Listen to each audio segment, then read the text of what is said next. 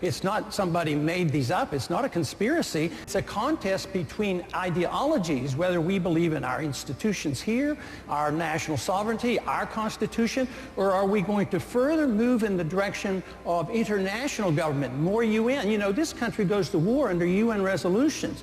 I don't like big government in Washington. So I don't like this trend toward international government. Knowledge is out there. If we look for it, you'll realize that our national sovereignty is under threat. Ladies and gentlemen, the very word secrecy is repugnant in a free and open society. And we are, as a people, inherently and historically opposed to secret societies, to secret oaths, and to secret proceedings. We decided long ago that the dangers of excessive and unwarranted concealment of pertinent facts far outweighed the dangers which are cited to justify it. There is little value in ensuring the survival of our nation if our traditions do not survive with it. And there is very grave danger that an announced need for increased security will be seized upon by those anxious to expand its meaning to the very limits of official censorship and concealment. For we are opposed around the world by a monolithic and ruthless conspiracy that relies primarily on covert means for expanding its sphere of influence. It is a system which has conscripted vast human and material resources into the building of a tightly knit, highly efficient machine that combines military, diplomatic, intelligence, economic, scientific, and political operations.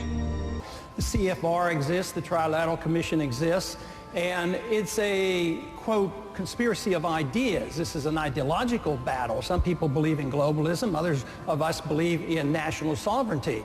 Ruling Class Journalists, written by Richard Harwood, describes the CFR membership as the ruling establishment in the United States.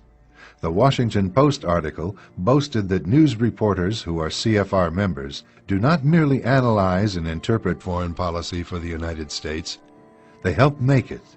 It's good to be back at the Council on Foreign Relations. As Pete mentioned, I've been a member for a long time and was actually a director for some period of time. I never mentioned that when I was campaigning for re-election back home in Wyoming. The international agenda today is unforgiving. I'm not... The Council on Foreign Relations, I don't know if I'm an official member. I've spoken there before. I am delighted to be here in these new headquarters. I have been often to, I guess, the mothership in New York City, but it's good to have an outpost of the Council right here down the street from the State Department. We get a lot of advice from the Council, so this will mean I won't have this far to go to be told what we should be doing. The 43rd and soon-to-be 44th presidents, the Texas rancher and the Illinois lawyer, bound forever now by the unique trust the American people have reposed in them.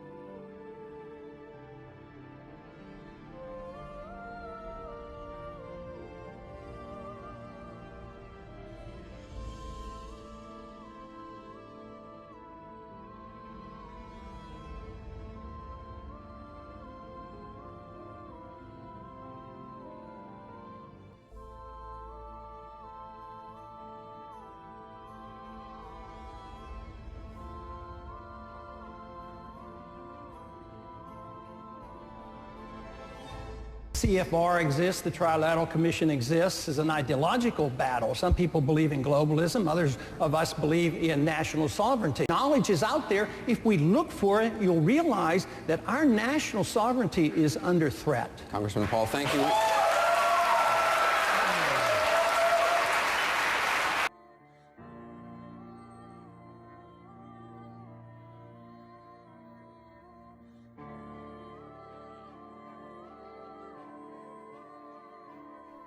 The coin flip controversy. So the coin tosses, do they matter? Yes, they do matter, especially in an election decided by 0.3%, which was the difference between Hillary Clinton and Bernie Sanders. That was her margin of victory. Now, look, it doesn't really matter because there's 6 coin tosses, so it's likely to, come out even. She won all 6 coin tosses. What's the chances that a coin toss 6 times will land on the same side each time? It is about 1.5625%. So less than 2% chance, 1.5% chance that particular situation would happen.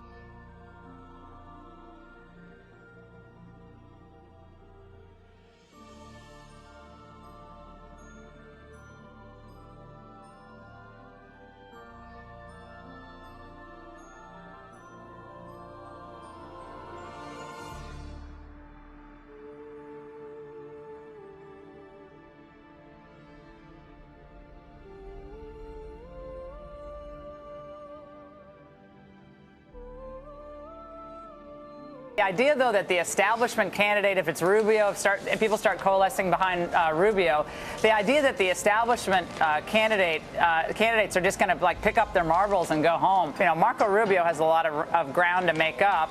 He's at 15%. Maybe he'll do a little bit better than that, but it's still a Trump-Cruz outsider versus establishment narrative in this race, and I don't see that major narrative changing at all.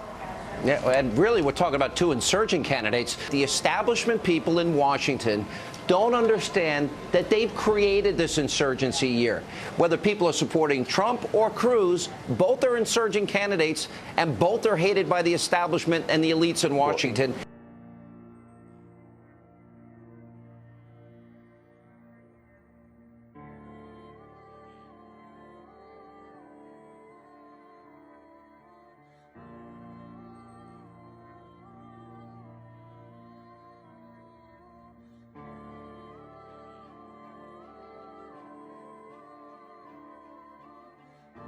Bernie Sanders, Donald Trump, by far had the biggest crowds. CNN projects that Donald Trump will be the winner of the New Hampshire Republican primary. We also project that Bernie Sanders will be the winner of the Democratic primary in New Hampshire. There you see the winner, Donald Trump, the Republican primary winner.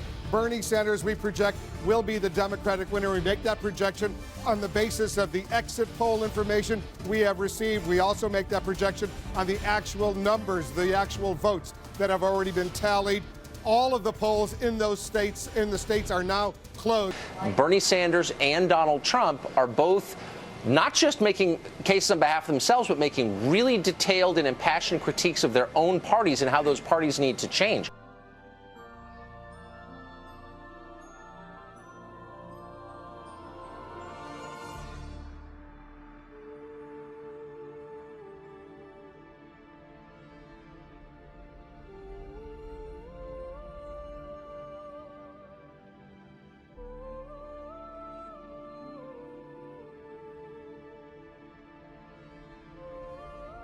For we are opposed around the world by a monolithic and ruthless conspiracy.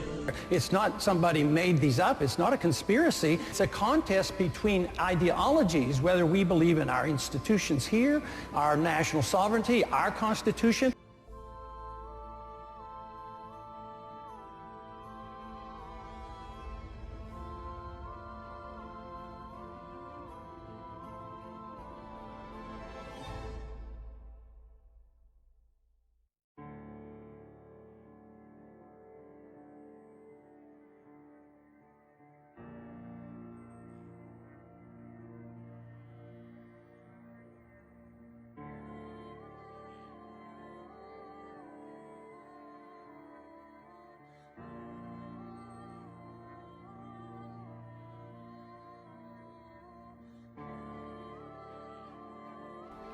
What if voting didn't mean anything anymore because both political parties stand for big government?